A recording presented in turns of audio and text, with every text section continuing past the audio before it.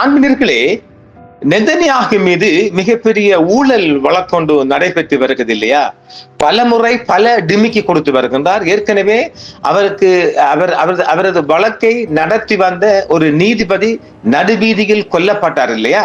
இப்பொழுதோ தந்த வழக்கை, அதாவது இந்த யுத்தத்தை காரணம் காட்டி இந்த வழக்கை ஒட்டுமொத்தமாக ரத்து செய்யுமாறு அவருடைய வக்கீல்கள் மூலமாக அவர் ஒரு கோரிக்கை விடுத்திருக்கின்றார். இந்த செய்தியும் இன்று இஸ்ரேல் ஊடகங்களில் வெளிவந்த வண்ணம் இருக்கிறது. அவர் ஏற்கனவே அவரும் மனைவியும் நடத்திய ஊழல் விவகாரத்தில் 80 தடவை சாட்சிகள் சொல்லப்பட்டு சாட்சிகள் பதிவு செய்யப்பட்டு இறுதி கட்டத்தில் வழக்கு இருக்கின்றது. அவர் குற்றவாளியாக நிறுத்தப்படுவார் என்பது வழக்கை அறிந்த வல்லுநர்கள் சொல்லி வருகின்றார்கள். எந்த நிலைமை தான் பாதுகாப்பு காரணங்களுக்காக தனது ஊழல் வழக்கை ரத்து செய்யுமாறு நெதன்யாகு நீதிமன்றத்தை இன்று திங்கட்கிழமை நிர்பந்தித்தார். இஸ்ரேலிய பிரதமர் பெஞ்சமின் நெதன்யாகுவின் சமீபத்திய ஊழல் வழக்கில் அவர் தொடர்ச்சியான ராஜதந்திர மற்றும் பாதுகாப்பு கூட்டங்களில் கலந்து கொள்ள வேண்டியிருந்ததால் அவரது சாட்சியம் ரத்து செய்யப்பட்டுள்ளது. திங்கட்கிழமை இன்று நடைபெறவிருந்த நெதன்யாகுவின் குற்றவியல் வழக்கில் சாட்சியம் அளிப்பது அவரது வழக்கறிஞர்கள் மாவட்ட நீதிமன்றத்தில் தாக்கல் செய்த ஒரு கோரிக்கையை தொடர்ந்து ரத்து செய்யப்பட்டது. அதில் இரவு வெகு நேரம் வரை அவரது பயண திட்டம் முழுவதும் கூட்டங்களால் நிரம்பியிருந்ததாக கூறியிருந்தனர். தொடர்ந்து நடைபெற்று வரும் அமெரிக்க இஸ்ரேலிய ஆக்கிரமிப்பு காரணமாக தனது விசாரணையை 2 மாதங்களுக்கு ஒத்திவைக்குமாறு நீதிமன்றத்தை நிர்பந்தித்த பிறகு அவர் கடைசியாக ஏப்ரல் 28 அன்று, இந்த வருடத்தின் ஏப்ரல் 28 அன்று நீதிமன்றத்தில் ஆஜரானார். ஈரானுக்கு எதிரான அமெரிக்க இஸ்ரேலிய குற்றவியல் ஆக்கிரமிப்பு மூத்த ஈரானிய அதிகாரிகள் மற்றும் தளபதிகளை கொண்ட வான்வழி தாக்குதலுடன் தொடங்கியது. இதற்கு பதிலடியாக ஈரானிய ஆயுதப்படைகள் இஸ்ரேல் ஆக்கிரமித்துள்ள பகுதியில் உள்ள இடங்களையும் அப்பகுதி முழுவதும் உள்ள அமெரிக்க ராணுவ தளங்கள் மற்றும் சொத்துக்களையும் இலக்குகளையும் குறிவைத்து தினசரி ஏவுகணை மற்றும் ஆளில்லா விமான தாக்குதல்களை தொடங்கின.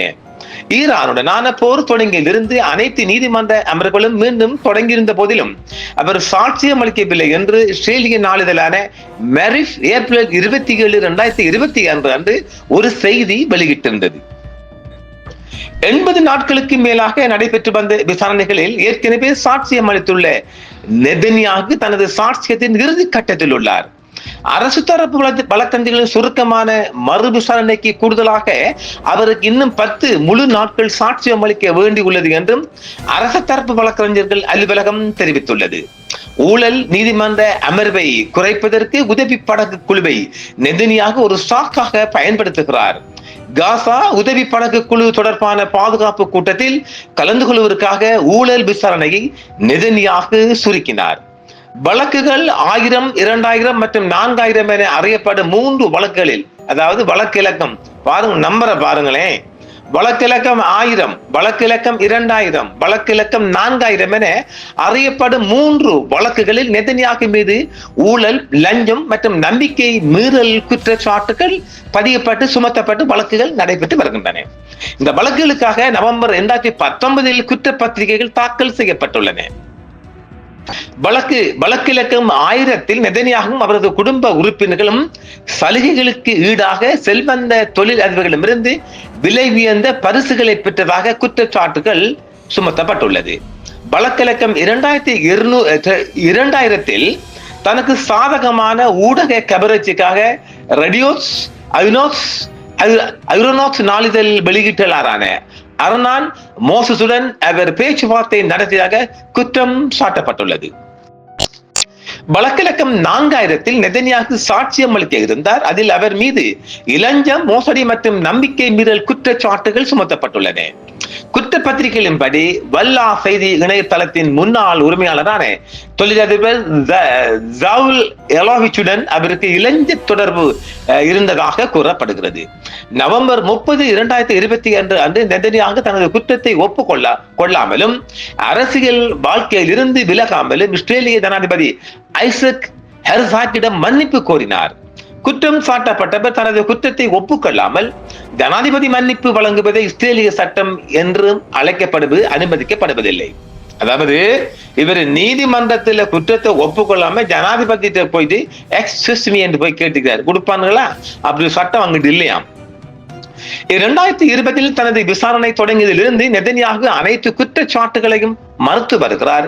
அவை தன்னை பதவியிலிருந்து நீக்குவதை நோக்கமாக கொண்ட ஒரு அரசியல் உள்நோக்கம் கொண்ட பிரச்சாரம் என்றும் அவர் கூறுகிறார்.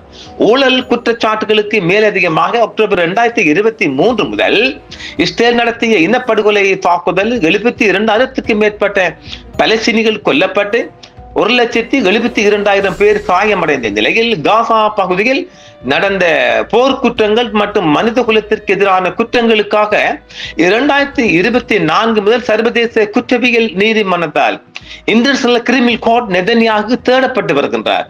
அதாவது நெதர்லாந்தில் இருக்கின்ற ICC நீதிமன்றத்தால் ஒரு பிடியாணை பிறப்பிக்கப்பட்டு அவர் இன்னும் ஒரு தேடப்படும் குற்றவாளியாகவே உள்ளார். யாரு தேடி யாரு பிடிக்கிற அதெல்லாம் ஏற்றுக்கொள்ள முடியல சாமியோ. பார்க்கலாம் மற்றும் ஒரு காணொளியில். என்றும் உங்களுடன் சன்ரைஸ் இந்தியா டிவி சப்ஸ்கிரைப் பண்ணுங்கள், பெல் பட்டனையும் கிளிக் செய்யுங்கள். உங்கள் ஆதரவே எங்கள் சேவை. ஆதரவு தாருங்கள், அரவணைப்போம்.